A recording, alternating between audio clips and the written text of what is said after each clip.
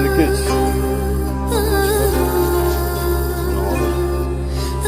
Kechga osh bo'lyapti. Yani nima geldik so'ranglar. Bugun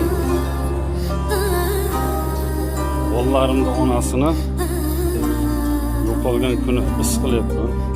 Havo juda issiq, kech bo'lishiga qaramasdan oshxonada qani nima bo'lyapti.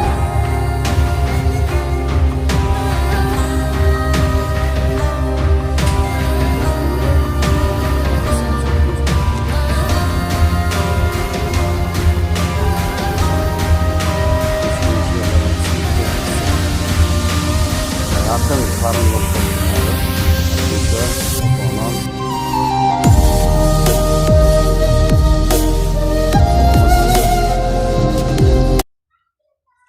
mana o'g'lim